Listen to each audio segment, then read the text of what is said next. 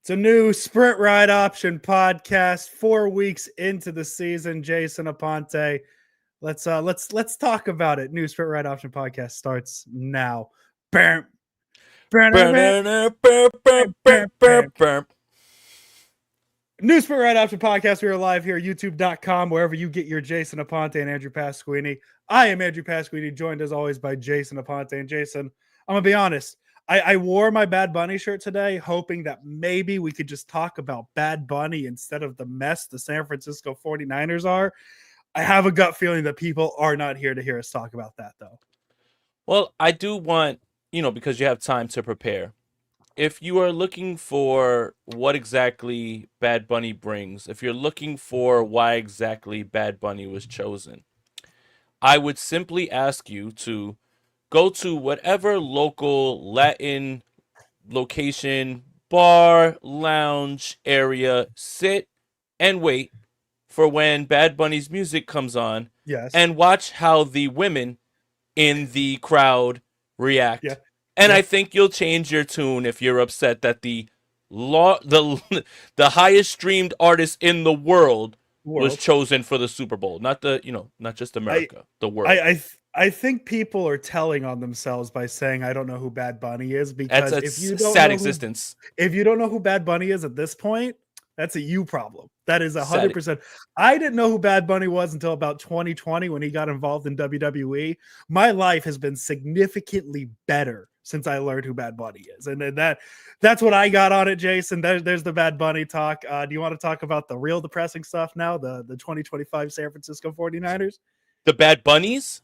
The Bad Bunnies? I like it. I like it. Jason, so the 49ers last week, they beat the Arizona Cardinals in a game that I don't think either of us necessarily thought the 49ers were going to win, but the Niners were 3-0. Hey, we got to celebrate that 3-0 feeling for a whole 12 hours, and then the 3-0 feeling was gone with the news of Nick Bosa's ACL injury. Niners are now sitting at 3-1. They don't feel like they're a 3-1 team right now with all the news going through. So we're going to be here, talk about the first 4 games of the season. And Jason, if I may, can I read your text message verbatim of how we were going to talk about today's episode? Jason texted me and said, we can use these as our topics: red zone, defense, injuries, running game after 4 games, and our thoughts. The injuries kind of brute forced their way to the top of that conversation today. This is not the Rams preview, Jason Aponte. We want to stress that. This is not the Rams preview. That will be tomorrow. It'll be our first conversation of the episode is the injuries, because we find out today, no Brock Purdy tomorrow, no Ricky Pearsall tomorrow, and no Jauan Jennings tomorrow. That is on top of no George Kittle and no Ben Bartch. That is 5 of your 11 week 1 starters on offense that are out. So, Jason, let's start with the injuries, since that was on your list of things to talk about because it is the headline of the day. I don't have an answer to it. I don't think anybody does. Although today might have been the first inkling I had about the 49ers training staff, considering that Brock Purdy's injury allegedly might have been worse than they thought. In the moment, I am a firm believer that since they built Levi Stadium, it has been cursed. The first year of Levi Stadium, they go 8-8. Jim Harbaugh gets fired. I have to deal with Chip Kelly. I have to deal with Jim Tomsula. They finally get a competent football coach. And since that point, the Niners have just been injured every year. They don't win anything. So, Jason, we'll start with the biggest news. Shocker, the Niners are hurt. Yeah, today's the day that ends in Y. I mean, look, all right. I never expected any of these guys to play off of a short week. The way Jauan Jennings got crunched, the way that Ricky Pearsall wasn't able to run, and it wasn't even the knee that he was already working through an injury with. And now he's injured the other knee. And again, this entire week is all the 49ers weren't going to practice a single time because of all the walkthroughs. Their simulated practices, their phantom practices. Essentially, what they were being ruled out of practice for was estimated practices. So I didn't think that any of these guys were going to play. But forget the Rams thing. Is this the 49ers after 4 weeks? It is the 49ers every year except for 2023. What is it? It's not stretching because what the fuck does stretching have to do when your shoulder gets broken? Yeah. It's maybe the team doctors. It's investing in players who get injured. It's bad luck. It's all of those things. And it's always going to be all those things. So the question is, who are the 49ers after 4 weeks? Are they injury prone? Yes. Yes. Absolutely. 100%. And it's a multitude of reasons, which are all of those, which combine for why. So, yeah. This is who they are. The answer is yes. Yes, yeah, and none of it feels good. Let's talk about the Ricky Pearsall one first. We'll talk about Purdy here in a second. So Pearsall obviously had the knee issue that held him out of practice last week. He injures the other knee, and the way he described it reminded me of Christian McCaffrey's knee injury last year, and that is a concern to me because if you remember last year, McCaffrey works very hard to get back from the calf Achilles injury. He has his first really breakaway run after returning from the injury was a 20, 30-yard run against Buffalo. He gets tripped up at the end of the play, bangs his knee on the ground, can't finish the season. And that's kind of how Pearsall described it, is he makes a sideline catch. I don't even remember if he caught the ball. He hits his knee on the ground. He tried. He did his best to try and come back in. Just said he couldn't move the knee. I don't know what that means because I don't know if they've exactly said the extent of the knee injury. I just want to get that point out that it really reminds me of the Christian McCaffrey injury. And this mixed with the combination of no Jawan Jennings tomorrow, that leaves you with a receiving core of Demarcus Robinson, not Ricky Pearsall, Kendrick Bourne is what I meant to say, and Marquez Valdes-Scantling, two of which were not on the roster a month ago.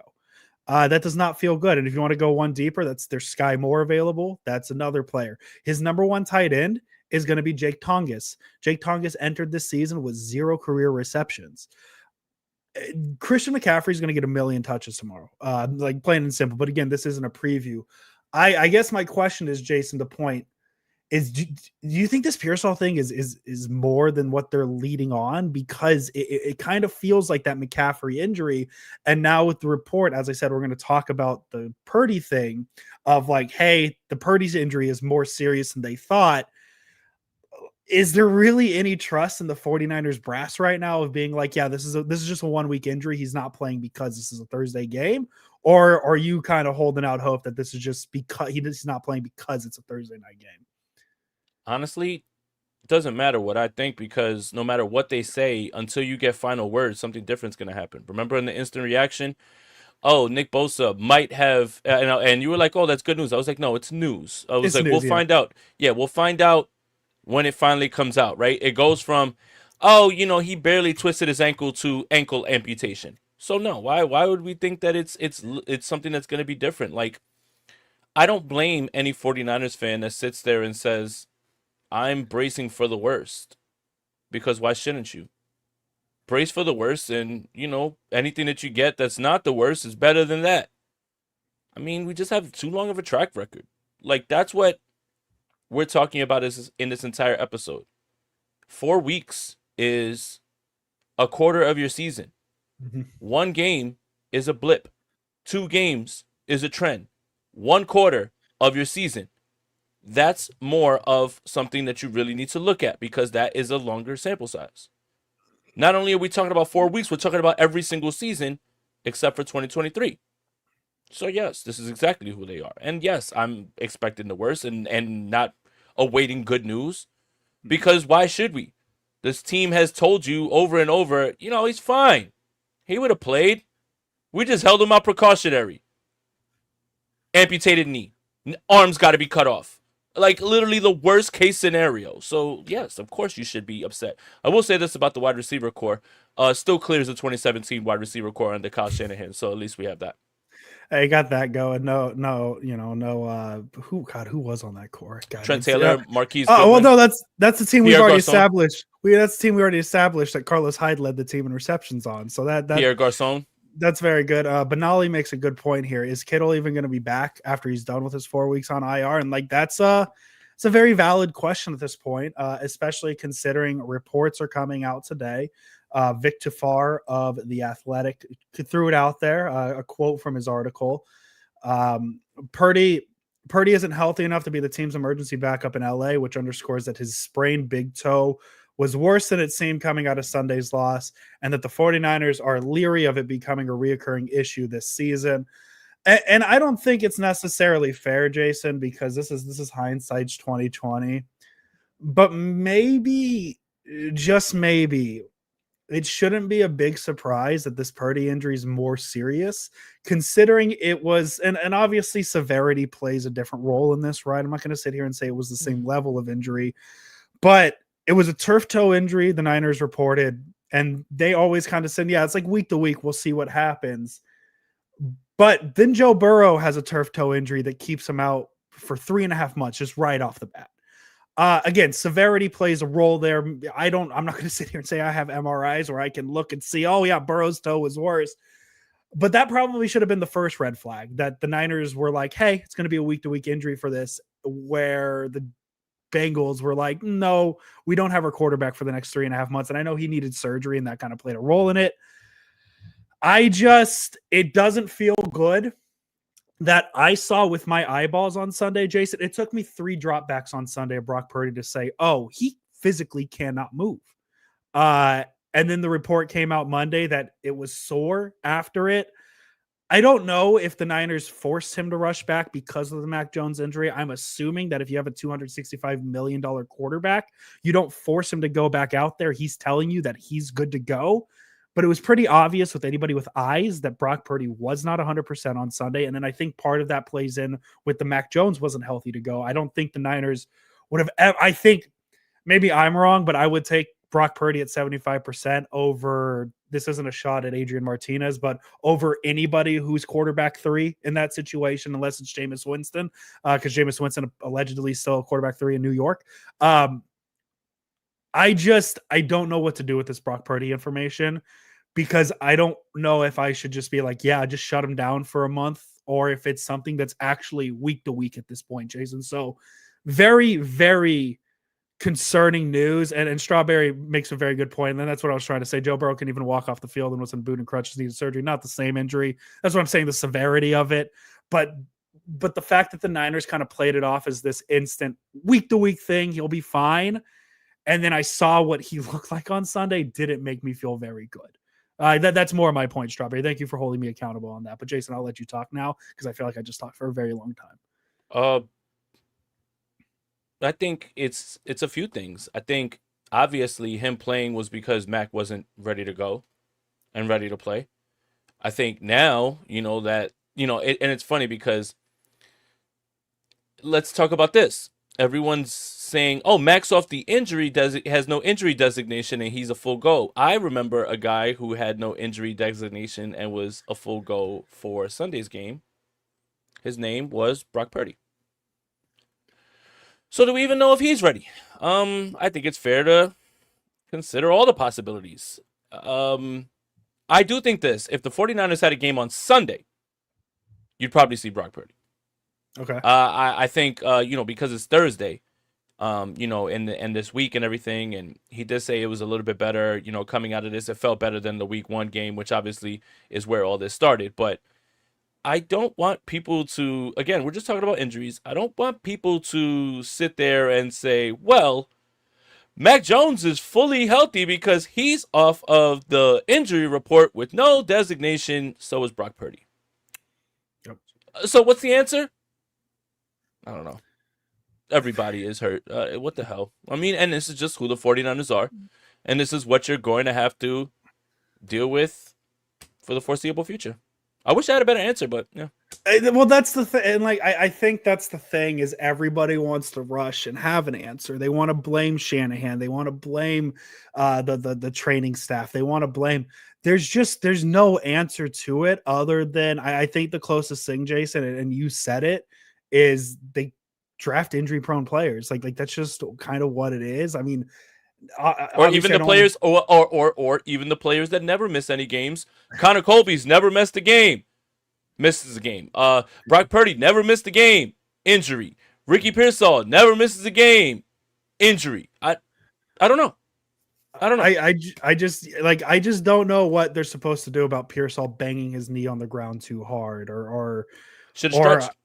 should have stretched. Or I mean, I guess with the extent of Jawan Jennings' injury, like what are you supposed to do about Purdy throwing a ball high and behind him on a 2-point conversion, leaving him prone to get blown up and obviously hurting his ribs on that play? He probably the ribs are one of the easiest places to stretch, Jason. Like you just got to give it one of these little things and you're good to go, right? Like it's just, I think that's the frustrating thing about it, is because there's just no answer. There's just no answer, Jason.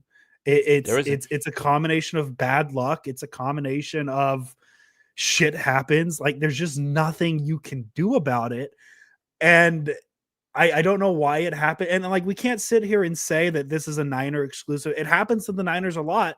But go look at the Baltimore Ravens injury report this week and go tell me how that list. Why can't Kyle Shanahan keep the Ravens healthy? Yeah, so like it's just one of those things, man, where there is no answer. It's just, it's a coincidence that it's always like, it almost like I almost want to write it up. That's a coincidence that it's always the Niners, and like that's the best I got, because there's no other explanation beyond that. That's what I like about this, is the people who are sure it's one thing or the other. It's okay to say there is no logical explanation and one thing that you can point to. Mm-hmm. But you have the fire the training staff people, you have the it's Kyle Shanahan, you have the it's all the offensive line, you have the stretching people, you have the injury prone people. Sometimes in life, there is no answer. You know how they say life isn't fair? Well, 49ers fans, life isn't fair. You're never going to get an answer, a real answer, a concrete answer, one that is absolutely 100% proven. So we'll have these discussions until we don't have the discussions, because the only year that the 49ers have not been injured is 2023. Because they're going to continue to be this way, because historical precedent will allow you to look at what's going to happen in the future. And this is going to continue to happen one way or another.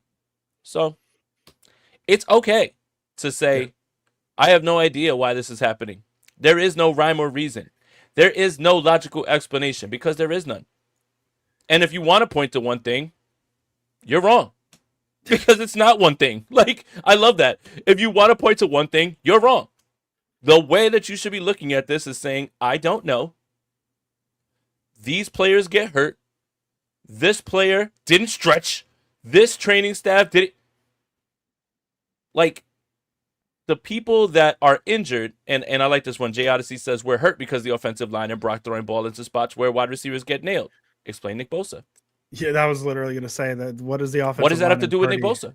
Yeah. What does that have to do with Kevin Renardo Givens? What does that have to do with Kevin Givens tearing his pec? What does that have to do with Renardo Green and his neck? Yeah. What does that have to do with, Dre Greenlaw every year? What does it have to do with Malik Mustafa's ACL? Like, again, it is very easy. I don't know. There is no logical explanation, and there is no one thing. And if you point to one thing, you're wrong. Flat out. It's the best way I can put it. And I mean, even too, you want to go further with the Dre Greenlaw thing, like the Niners. This is way more logical. Thank you, Jay. More logical. I like that. You turned it around. Shout out, Jay. Going from way more logical. I like that. That is probably the most logical way to look at this. That is it right there. That's it. Yes. I like Tony. I could point to that way more than I can all the other stuff. Yeah. It's brutal, man. It's brutal. And I want to stop talking about the injuries as soon as we can, but it's not going to stop. It's just not going to stop. And that's just what this team is. And I mean, even too, like Ayuk at this point, right? Like Ayuk, we thought maybe week 6, that seems to be very much up in the air at this point. Be shocked if I saw him all year. I'd take any week that he comes back is now found money. Yeah. So I just, Jay, I like that you came around. It's cursed, and that's just kind of what it is, man. There is no answer. I know we are podcasters, and we're supposed to have answers to everything, even if we're not confident or correct in our answers. But there's There's just no answer to it, man. And like Lyle says here, need a new training staff. Didn't they just change their training staff like 5 years ago? Yep. And the from to a hockey training staff. It's they've done that, and the injuries still persist. So it's just, we want an answer. There is no answer. I think the best one is just curse, man, and that's just kind of what it is. And it's a bummer. It's a bummer that we have to continuously talk about it. And I don't blame anybody for saying, you know what, I don't want to watch Thursday night football tomorrow night because of this. And I don't blame anybody, because I don't, Jason, spoiler, might be the first time in a very long time I picked somebody not named the 49ers in our post game or in our picks in the game.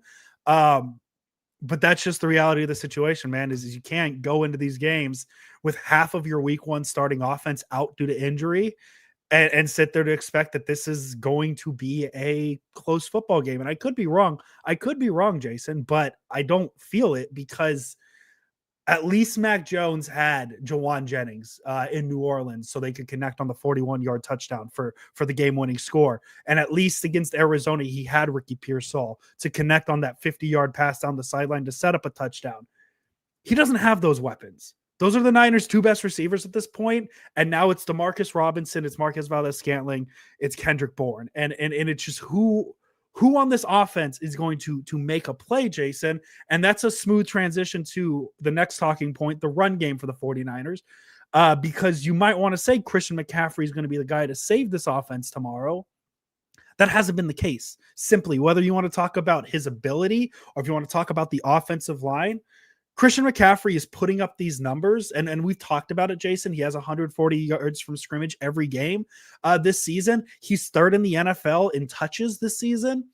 But the thing is about it is he's getting so many yards because he touches the ball so much. And the passing game has been fine. He's been getting 80 yards in receiving game every game this season. But the run game, he's averaging 3.3 yards per carry. You need more from Christian McCaffrey in the run game, and I think that's part of the reason this offense isn't working how it should. Christian McCaffrey is, I think, second in the league in yards from scrimmage, or he's third in the league in yards from scrimmage. Bijan Robinson has more yards from scrimmage than him on 18 less touches. So Christian McCaffrey has a game's worth more of touches and is still trailing Bijan Robinson in total yards from scrimmage. The Niners need a better Christian McCaffrey, plain and simple. I don't know if that's an easy fix, because it could be the offensive line. And Jason, you've watched more film than I have, so maybe you're going to sit here and tell me, no, the offensive line is very bad right now, which I wouldn't doubt.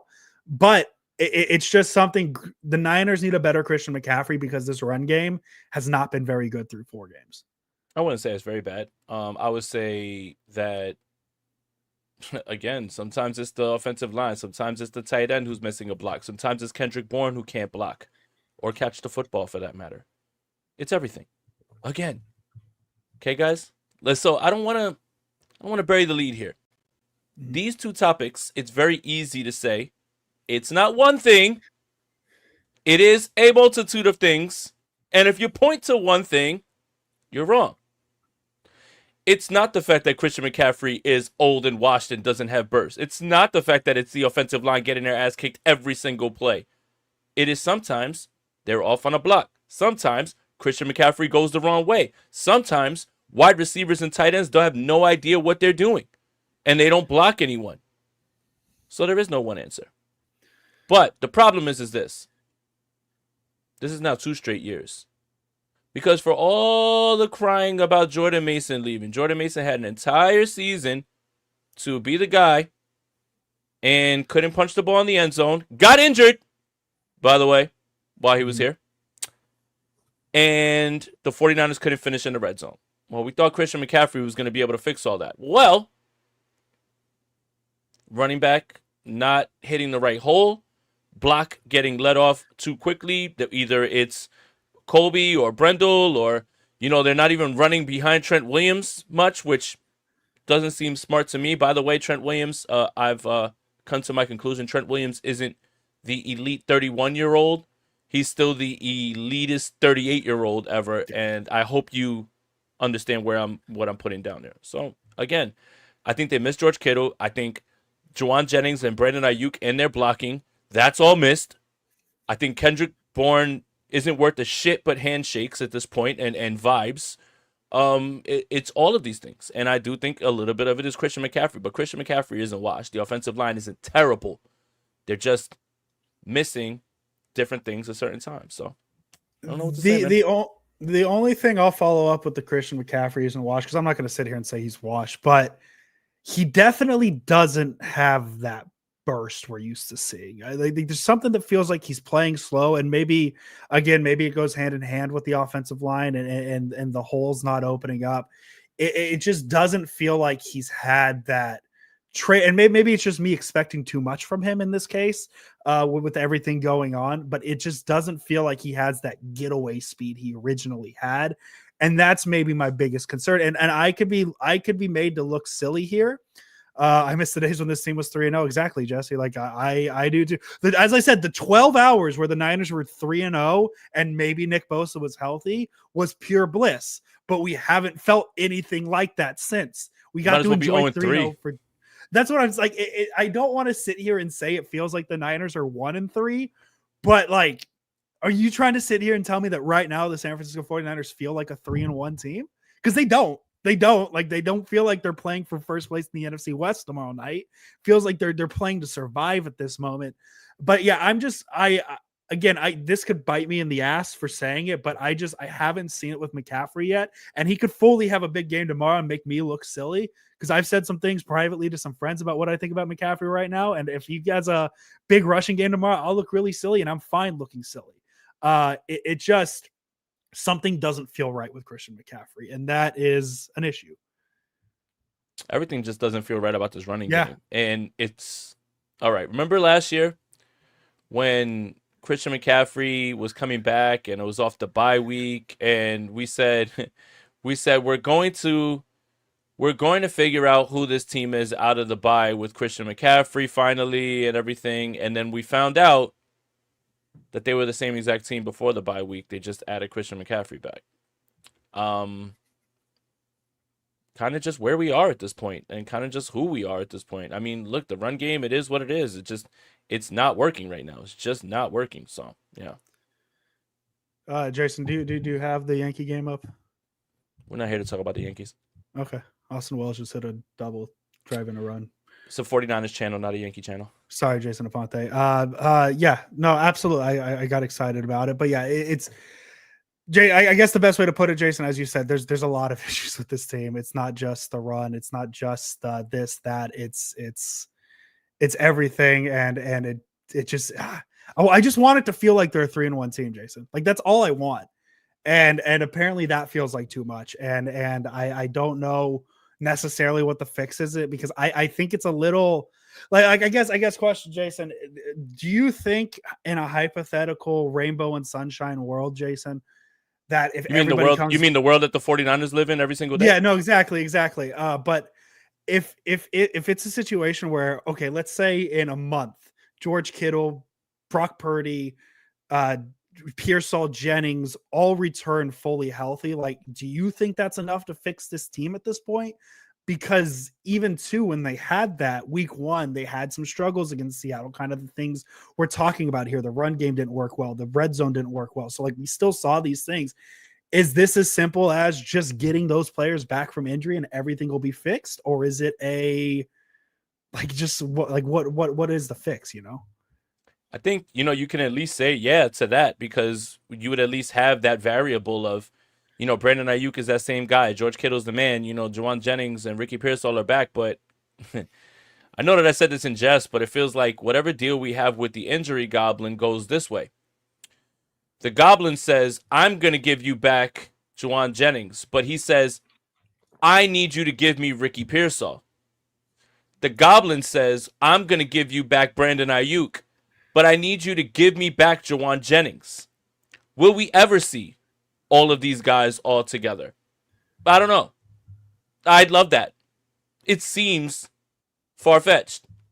But yeah, I think if we were able to see all of those guys, I would have to assess the offense with all of those guys as if they're as impactful as we'd like them to be and as what we expect them to be.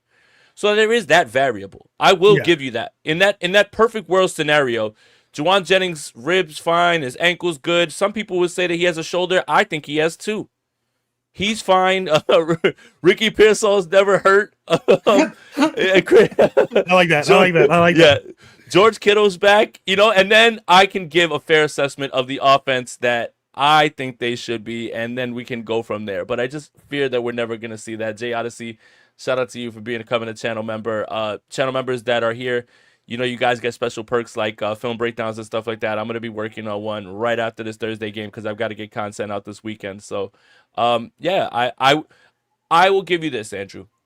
In the perfect world scenario of all the weapons being there, I will reserve judgment for what this offense looks like because how could you not? It is a variable and something that isn't a probability that we haven't seen. But if it is in there, then I will reserve judgment on this offense. Having said that, I don't suspect that that's going to happen. I would love to be wrong about this one. I want to live in the world where all of these guys are there and we're struggling between can you play Juwan Jennings in fantasy because there might not be enough targets to go around instead of holy shit, Juwan Jennings is the only wide receiver with two shoulders and one ankle, right? And you have to throw him the football, so play him. Yeah, I'll reserve judgment when it comes to that. I'm not confident that it's going to happen. But shout out to you, Jay. Jason, we got a workshop of voice for this injury goblin. I think we got a potential character for Sprint Right Option podcast. Dude, it's like you robbing Peter to pay Paul. I have this healthy Ricky Pearsall for you. But you have to give me Juwan Jennings. You cannot have both. And you just have to give one for the other. Aaron makes a good point, too. I think this is a very unfair trade that we had to give up Jennings and Pearsall to get Mac back. So, it's just... Some would say the best quarterback on the roster. Not me, though. Hey, some would say. Not me. Not I. We talked about it. We talked about it, the mobility, all that. We talked about it. But hey, man, he's a little cheaper. He's a little cheaper for that. That's not a conversation we need to have today, Jason. Jason, people thought that the return of Christian McCaffrey would fix this red zone offense. That has not been the case. The Niners currently 27th in the league, scoring in the red zone 42% of the time on 14 other trips. The only teams worse than them, the 0-win Tennessee Titans, the 3-win Los Angeles Chargers, the 3-win Tampa Bay Buccaneers, the 1-win Houston Texans, and the 1-win New York Giants. That is not a group of teams you want to be clumped with when it comes to any offensive stat, especially the Titans, Texans, and Giants. I think having McCaffrey back makes it a little bit better, but then on the flip side, having just McCaffrey and no Kittle and no Ayuk makes it significantly harder to score in the red zone. Jason, I guess you kind of already answered it already because we haven't seen a fully healthy Niners offense yet. How does the red zone issues get solved? Because again, we thought maybe just McCaffrey alone would be enough, but it turns out that just McCaffrey literally alone in this offense isn't enough. Not having a guy like George Kittle, a big body guy underneath in the red zone, hurts obviously. But how do we make this red zone offense work better, especially considering all the injuries? Kittle, man, and for two reasons. Brock Purdy and George Kittle finally turned George Kittle into the red zone option we've been dying for him to be this entire time. And then the run game. Mm-hmm. Look, sometimes football is complicated. Sometimes football is really hard to explain. Maybe George Kittle doesn't return this red zone offense to the red zone offense of 2023, and I think that would be foolish for anybody to believe that would happen. But George Kittle is certainly missing from this red zone offense for his pass catching, for his rapport with Brock Purdy, for his run blocking. Yes, I do believe that this can be changed, and I do think that the biggest reason is obviously the missing talent with Jennings and Kittle and Ayuk, but Kittle. I think this is Kittle. I think this is very much George Kittle on both sides of the ball, and that is the way to improve. Now, I want to say improve, but I don't want to say fix. And there's a caveat, right? There's a little bit of a difference there. Anything that's an improvement is welcomed. Fixed, even with Kittle, is something that I'm a little bit more skeptical about.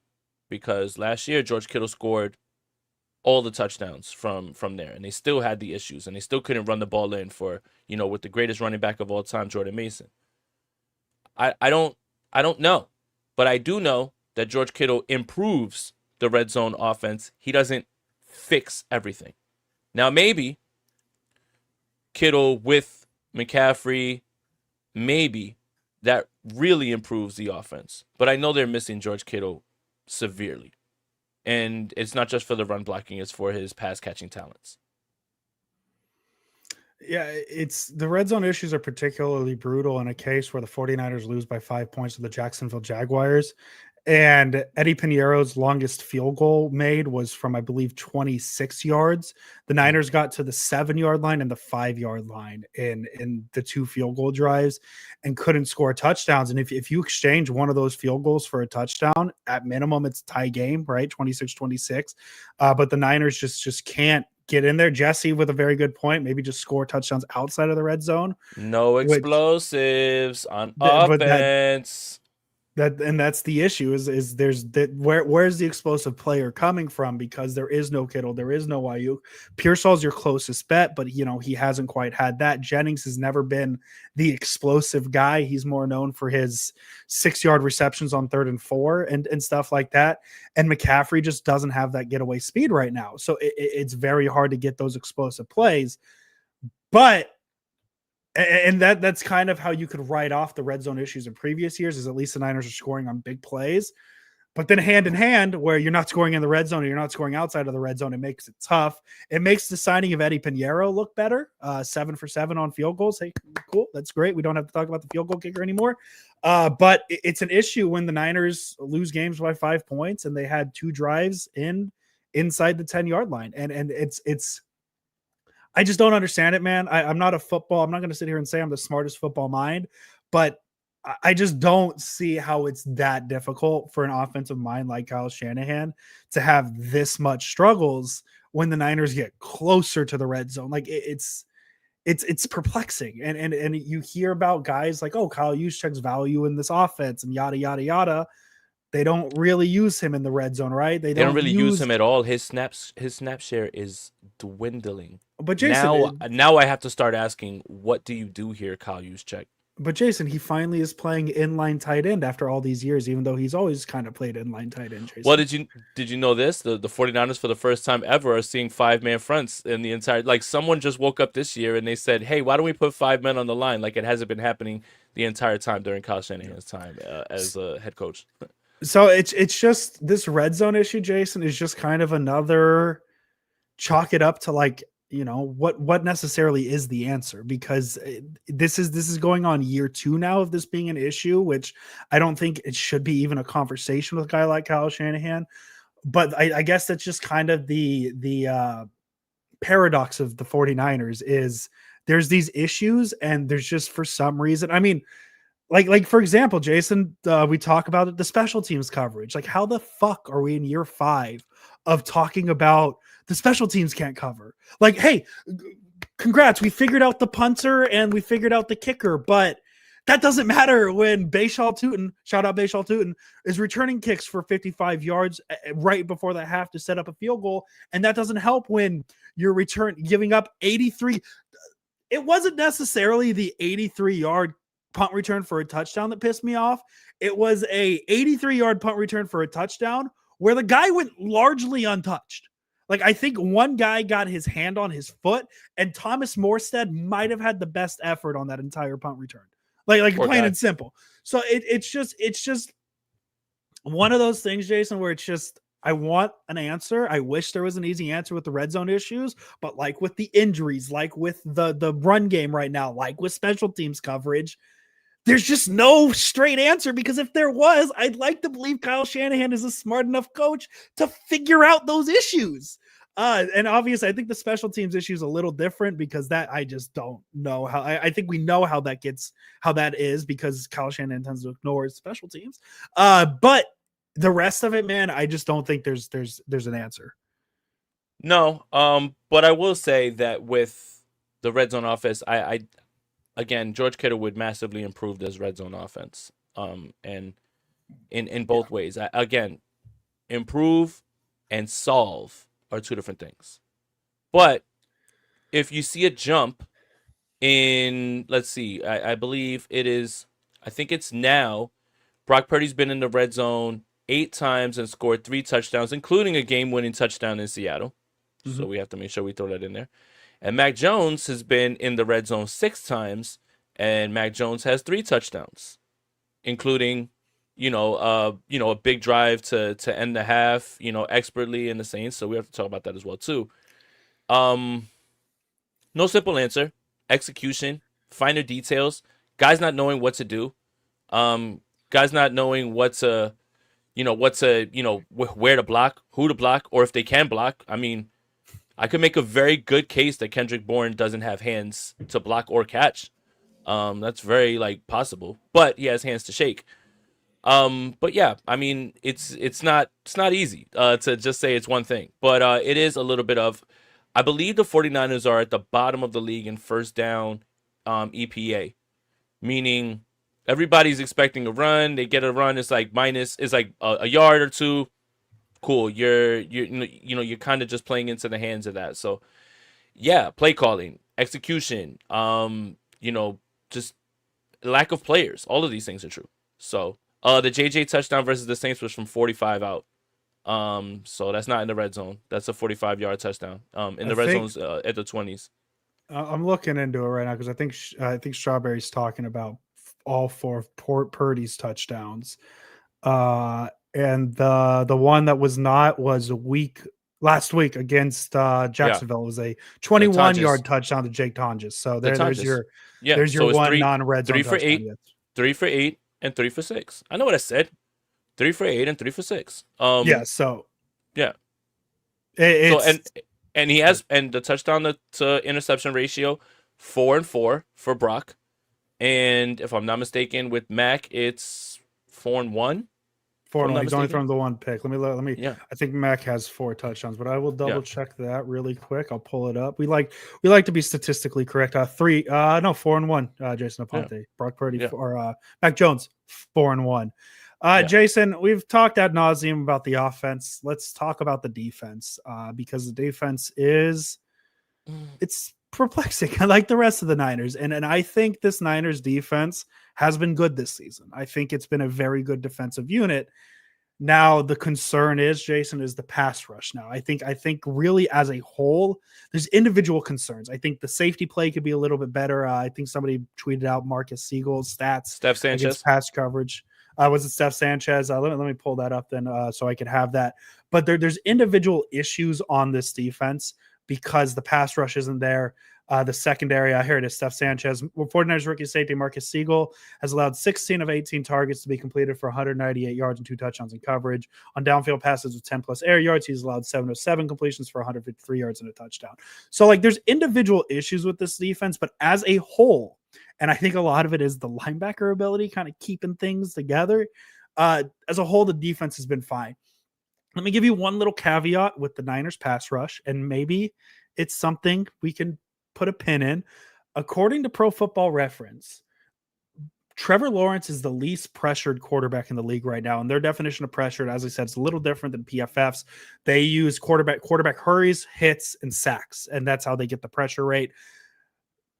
Trevor Lawrence has been pressured on 7.9% of his dropbacks this season. That is by far the league best. So maybe Jacksonville's just really good at protecting, and that's why the Niners couldn't get at Trevor Lawrence. Maybe. But they are, yes. But tomorrow, I think will be more of a tell of where this pass rush is because Matthew Stafford's been pressured, I believe, on 22.1% of his dropbacks this season, which is above league average. So this is a below league average offensive line in terms of protecting. Now, if we're sitting here talking about the offensive or the defensive pass rush tomorrow night when we do our instant reaction of there was no pressure on Stafford again, I think we could really sit and say this defensive line might be cooked without Nick Bosa. And I think that's fully possible to be the case. I just think it's kind of hard to say exactly what this pass rush is after one game that against a team that's done really well protecting their quarterback. So as a whole, I like what the defense has done. It's just there's individual spots that can be improved. It's hard to get a grasp on what this defense is after that game, and I'm going to explain why. the 49ers offense did the defense no favors. No. Literally none. Every single time the 49ers defense bailed them out to get them off the field in the first half, they turned the ball over and put the defense right back on the field in a bad spot. In the second half, I think the Jaguars dropped back like 7 times, and because they scored 9 points in the second half. 7 were or 6 were on that special teams play. The defense is fine. I'm actually more encouraged after watching this week. You want to say that the pass rush wasn't there? The clear plan was to try to get there with 4 and drop everyone in the coverage, which is why Darrell Luter has such a good game. Darrell Luter, two targets, one catch, should have been one of our stars. Not that he was locked down, but he executed exactly what they needed to do, and the Jaguars didn't attack him. They were trying to throw the football outside the numbers to, Brian Thomas, get him involved that way. But when you give up a fumble, and then the next play, the defense goes back on the field, and wham, Travis Etienne runs it in from 75 yards out, you're like, man, the defense. Nah, man, I'm far more impressed with this defense than other people are. I'm not as worried. But of course you're going to be like this, and there's going to be games like this when Nick Bosa's not there. But I do think the 49ers defense is going to play much better on Thursday, and I do think the 49ers get their first interception on Thursday. I think we should keep saying that every week until it happens. And no. We'll just pull the clip. I'm saying it this week for sure. Okay. Matthew Stafford's going to throw you one. Matthew Stafford might throw you 2. Yes. Are you going to catch it? And I do think the San Francisco 49ers are going to have a different plan with how they're going to try to pressure Matthew Stafford. I don't think that Robert Saleh is going to say, hey, it'll be fine. We will sit back and allow Matthew Stafford to pick us apart because he can throw into short windows to Puka Nacua, who's playing like the best wide receiver in the world through 4 weeks. Devontae Adams is still very good. But you can't just blitz because they're going to be able to pick up on that. But I do think there is a plan. There is a plan, and I do think the San Francisco 49ers are going to intercept the pass. I'll leave my prediction for tomorrow. Okay. But I'll tell you this. I am not as scared as everybody else is. I'm actually really looking forward to this game. And I really think that there is a pathway for the 49ers to really shock some people, because I do think this is exactly the type of game that the 49ers have shown up in time and time again as soon as everyone wants to bury them. And before you give me the crap of not a backup quarterback, Jimmy Garoppolo did it when he wasn't the starter in 2022. Nick Mullins did it in 2020 without Nick Bosa. And I want to point out one more thing. The last 3 times that the Rams have won, because the 49ers are 7-3 in the last 10. They have won each game by 1 point, 3 points, and 6 points, including the 9-3 rain-soaked win. And the first win was Carson Wentz against Sam Darnold. Historical precedent. It's all there for you. But if you want to cry, then don't watch the game. I just say don't watch it. If it's over, don't watch it, and it's almost like they didn't play the game. I'm not going to say that, though. I still think that there's a way for them to do it, and I think this is exactly the game that the 49ers have literally shown up in over and over as soon as the NFL world and their fan base has buried them. I'm excited for this one, man. This is going to be a fun one. Jason, is there a place anybody can maybe read your thoughts regarding the Niners' recent history against the Rams? Is there a website that maybe they could find more what you're talking about? Yes, there was an article where I talked about it. Interesting. There was an article that where can they find that? It's on this site called NinersNation.com. Okay. And I found that the 49ers have never lost to the Los Angeles Rams following a loss the week before. And there have been some absolutely embarrassing 49ers losses. I'll just do it real quick for you. I did it yesterday on the show with Rob. Colt McCoy came into Levi Stadium and kicked the shit out of the with the Arizona Cardinals. Remember? Yep. Pack it up. Season's over. Well, primetime game against the Rams. 49ers win by 21. Denver, the pick 8 happens. 49ers win by 20. Wait a minute. The Kansas City Chiefs beat the shit out of the 49ers.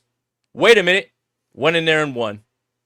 Guys, when has there ever been a time, regardless of how down bad the 49ers have been, and we can look at last year with injuries, that the Rams have blown out the San Francisco 49ers? It hasn't happened. Yeah. When the Rams win, they win by 1, they win by 3, they win by 6. When the 49ers win, they win by 20. Yeah. They win by 17. The Rams don't blow out the 49ers. The 49ers blow them out. Every game is going to be close. And just when you think it's time to count out the San Francisco 49ers, Mac Jones is going to start. Demarcus Robinson is going to be that guy. But there is going to be a game plan to slow the game down. You see where I'm getting at here. Yes. To slow this game down, the 49ers are going to get an interception on defense. They have to turn it into points. And dare I say, they are going to do something positive on special teams because the Rams are the worst special team, or way worse than the 49ers. And spare me the knuckleball thing. That is one phase of special teams. I am talking about everything else. Obviously, the 2 block field goals was, that's going to drastically drop this. And the point spread 7. That is the easiest money in the world that I'm taking. I am taking the 49ers to absolutely cover that 7. But yeah, all of these things are true. The 49ers are going to have to strip this offensive game plan down to have these 13, 14, 15 play drives that even if they end in field goals are going to keep the Rams offense off to the side. So whatever. If the 49ers lose, come back and roast me. But I'm not going to sit here. If you're scared, go to church. If you don't think this game's going to be good, then don't watch it. If you think the 49ers are cooked, then they shouldn't play it. But I'm not going to sit here and cry about it. I am going to tell you that there's a way that the 49ers can win, and I'm laying it out. Now, will they? I don't know. It's really hard to do what they're about to do. But come on, man. Stop crying. And stop acting like the game's already over and it hasn't been played. Because I guarantee you there's smart Rams fans out there that are saying, I've seen this before. This is a wounded team coming in here, and they're not going to lay down. No. There. And you listed a bunch of things. You didn't even mention a DeMarcus Robinson revenge game. And that's game. Thing. It's another thing the Niners got going for them. So that's good. Wide receiver 1, DeMarcus Robinson, revenge game. Jason, I like it. I like the positivity going in, and I feel extra motivated now for our pregame preview tomorrow. It'll be roughly lunchtime, noon, where we talk Niners Rams and have that preview. So be sure to come hang out. We got 71 people in here right now. So yeah, already like this video, subscribe to Jason Aponte's YouTube channel. But Jason, since we talked about the last 4 games, let's kind of lay out the next 4 games for the San Francisco 49ers and kind of predict where they're at given the circumstances: at Los Angeles, at Tampa Bay, versus Atlanta, at Houston. Where do you see the 49ers in 4 games after the first 4 games of the season so far? Well, 3-1, 2-2, 5-3. 5-3. Okay. And you'll be fine with that. Even if this game tomorrow is a loss, it'll be their first divisional loss. They'll still have a record of 2-1, which is why it was very important to bank up those wins. I think realistically, we joke a lot about, hey, they're going to win it all and win all the games. 5-3. You can't ask for anything more than that, considering all the injuries. If you're out of this 8-game stretch, 5-3, you feel very good about your chances moving forward because reinforcement. Maybe some things get figured out. This is a week-to-week league. You don't have to win all those games in 1 week. You have to win the one game and end that one 1-0. And then go from there. Because if you don't believe me, look at how quickly everyone's losing their mind and the sky is falling because the San Francisco 49ers lost 1 game. I have another thing that I want to tell you. The 49ers are going to lose more games. This season. More. So prepare yourself for that. It's so week to week that the 49ers were 3-0, they lost, and now the season's over. That is the overarching feeling. Am I lying? No, you're not. I'm not lying. It literally went from, oh my God, they can do all of these things to, holy shit, we're cooked. It's Jover. Like, come on. It's week to week. Styles make fights. Every week, no matter how banged up you are, you may be facing a team that's even more banged up. Not a point to look all the way down the schedule. Tampa Bay is most likely not going to have Mike Evans in that game. Tampa Bay might not even have Bucky Irving in that game. Let's settle down. Let's take this week by week, just like the 49ers are doing. The season's not over. Week to week. Next week, we will deal with the Tampa Bay Bucks. 10 days off. With maybe Juwan Jennings and Ricky Pearsall back. And Brock Purdy. And George Kittle. Chill out. Yep. We don't know who the Tampa Bay Bucks are going to be when we see them. Mike Evans is hurt. He's not going to play in that game. Bucky Irving is in crutches. They literally, you want to talk about injuries? The Bucks canceled their practice today because they didn't have enough players to run the practice that were healthy. Let's settle down. We're injured. They're injured. The whole world's injured. No one's going to give us a pass, so we don't give anyone else a pass when we face them and they're uninjured. Tighten up, please. And not Tennessee tighten up. Tighten, tighten up. Please. Tighten up. There. I like it. Jason. Speaking of the Titans are on the schedule down in the bottom 4 games. So there's your transition there, Jason Aponte. And yeah, I think too, 5-3 is very manageable, especially if one of those 5 wins comes against the Rams or the Buccaneers, because those are 2 potential playoff teams. I know that sets up a disappointing loss for maybe Atlanta or Houston, but again, week to week. And I mean, you've seen how week to week Atlanta can be when they sit there and lose to the Carolina Panthers 30-0. And then they go out there, and I know it's a Marcus Mariota led Commanders team, but they go out there. No, Jaden Daniels is back.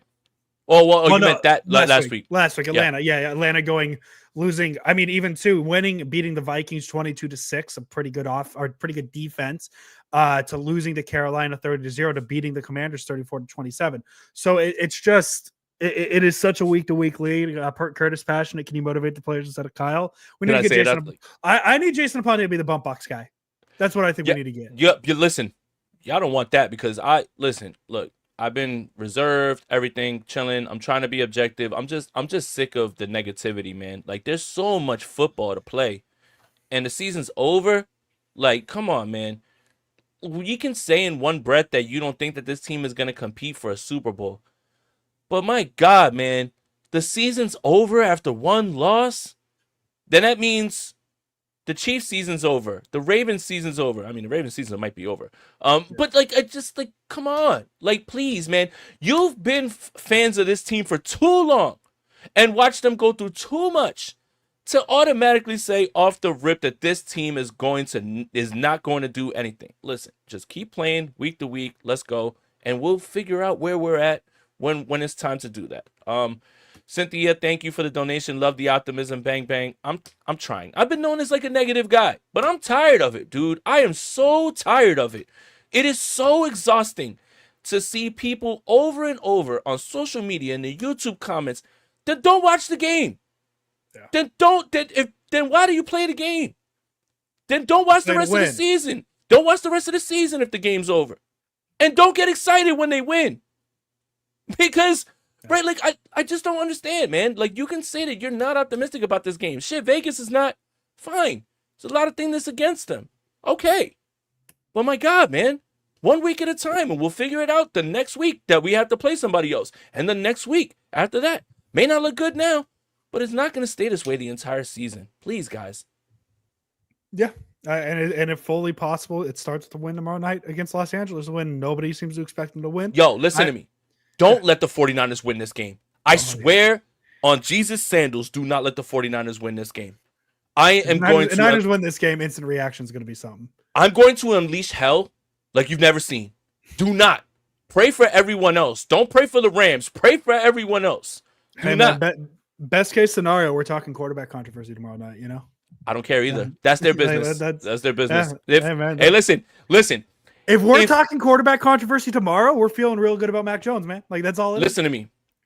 If the 49ers win and there's a quarterback controversy, I don't have to talk about it. I don't care if other people talk about it, but I am going to be happy to win. Yeah. And that's all I want to do is win. If a win means that all I have to deal with is people arguing about the quarterback, then I feel right at home. You know why? I'm a 49er fan. You guys Exactly. all know what it's like to be a quarterback controversy person. That's literally, Exactly. literally how we built our YouTube channel. Yep. Literally how we became people that you watch. Nick Is Mullins, off Jimmy of G. this. Trey Lance and Jimmy G and Brock Purdy, and yes, it means we're so back. So let's do it. Yeah, I'm with let's it. do I'd rather talk about a quarterback controversy after a win on Thursday than talk about the season is cooked Yeah. because of a loss that'll be the second, and they'll still have a winning record. Come on. Yeah. Exactly, Jason. I like the attitude there. I like it because quarterback controversy conversation means Mac Jones did pretty good, and that probably means the Niners won. So that's all I care about. We've hold on. Not only did we build our channel on quarterback controversy, we built our channel on Mac Jones not being the pick at number 3 and wanting someone else. Yeah. We as content creators, you wouldn't know who Andrew Pasquini and Jason Aponte are without quarterback controversies, and I want to make sure that is known. I want to make sure that that's known. Another thing I want to make sure is known, Jason Aponte. Subscribe to this YouTube channel and follow Warriors World on Twitter. The giveaway entry in the black or the Freddie Ruger shirt or black hoodie, both of them black shirts, black hoodie. Be sure to do that. Screenshots of both. It'll enter you into a drawing. That drawing will happen after Thursday Night Football. Yeah. Talk to Sheed. He was like, I think it might be good after the game. I was like, you too, man. Hey man, good time. Get a little positivity regardless of what happens. So be sure to do that. Jason is going to be choosing 3 winners after Thursday Night Football, so be on the lookout for that. Just subscribe to this YouTube channel and follow Warriors World. Send a photo of both, and you're entered to win a very nice shirt design here, Jason. I'll do the thing and I'll pull it up again really quick so that people can see what they're trying to win. If it wants to load, that's not the right button, Jason Aponte. I hit the add people, and I'm not trying to add people. I am just trying to get this on the screen. There we go. There's your shirt. You have a chance to win right there. There's the same design on a t-shirt, long sleeve shirt. And we're giving away a black, a red, and a hoodie. Yeah, so get under the tweet. Make sure you're following Warriors World and you're subscribed to the YouTube channel, and you put a screenshot of both, and we'll do it after Thursday Night Football. But Sheed, if you're watching, I don't like your attitude, pal. Seems like you're thinking that, you want to lift up some 49er spirits. Why can't it be a celebratory giveaway for some lucky fan to get one of these beautiful shirts that you make all the time? I'm fucking with you, Sheed. That's Sheed, it. we got to be in a celebratory mood. The Warriors brought back Jonathan Kuminga, and they finally signed people in the offseason. What isn't there to feel good about the Golden State Warriors? Al Horford, for God's sake. It's the unction. And one more thing I want to say, and this is my favorite thing about Sheed, and we're going to put it together because it's his Twitter bio, and I love it so much. About edge rushers, trades are hard. That's all I have to say. Those trades are hard. Trades are hard, Jason. We've already been tampering the expectations of Trey Hendrickson, and instead, get ready to learn Arden Key again. Pal. Get ready to learn Arden Key, pal. Jason, that's it. We got a full hour today talking about the first 4 games of the 49ers season. I enjoyed it. Chat was hot. I really liked it. Shout out to you guys, man. Yeah. No, this isn't a baseball live stream. Yankees won, alive another day. But hey, just pointing it out, Jason Aponte. It's a 49ers stream. 49ers stream. We're only talking 49ers. So, Jason, I enjoyed it. Good talk today. I'm excited because we'll be back tomorrow at noon to preview the 49ers Rams. And then Jason Aponte just convinced me that the second Thursday Night Football ends, we're going to be talking Niners win here on Instant Reaction on Jason Aponte's YouTube channel. Give me one more hype up thing, Jason Aponte. I need this win more than anything, man. I really do. And the reason that I do is because, look, let me bring it into, let's forget about vibes. Divisional games are weird. The Rams and the 49ers always play themselves close unless the 49ers whip their ass. It's not the other way around. And yes, the 49ers are down this guy, that guy. They're literally going to be Jimmy's and Joe's.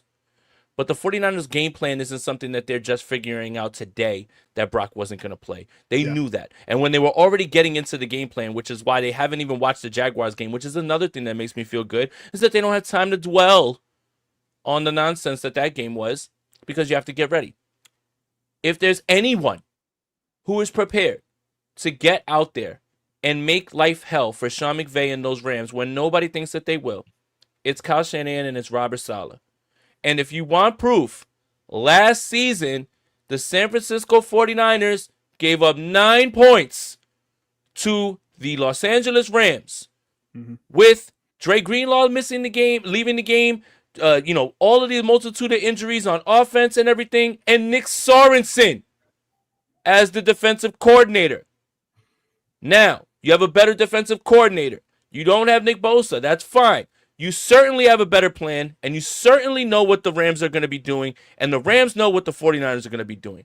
This game is going to be far closer, and it's going to come down to what it normally does in NFC West games, is who's going to make less mistakes and who's going to make some plays. That's it. It's not going to be a blowout. Jason Aponte will end it as always. Jason? Let's go Niners. Tighten up. Let's go Niners. We're going to be talking Niners win tomorrow. Bam. Bam.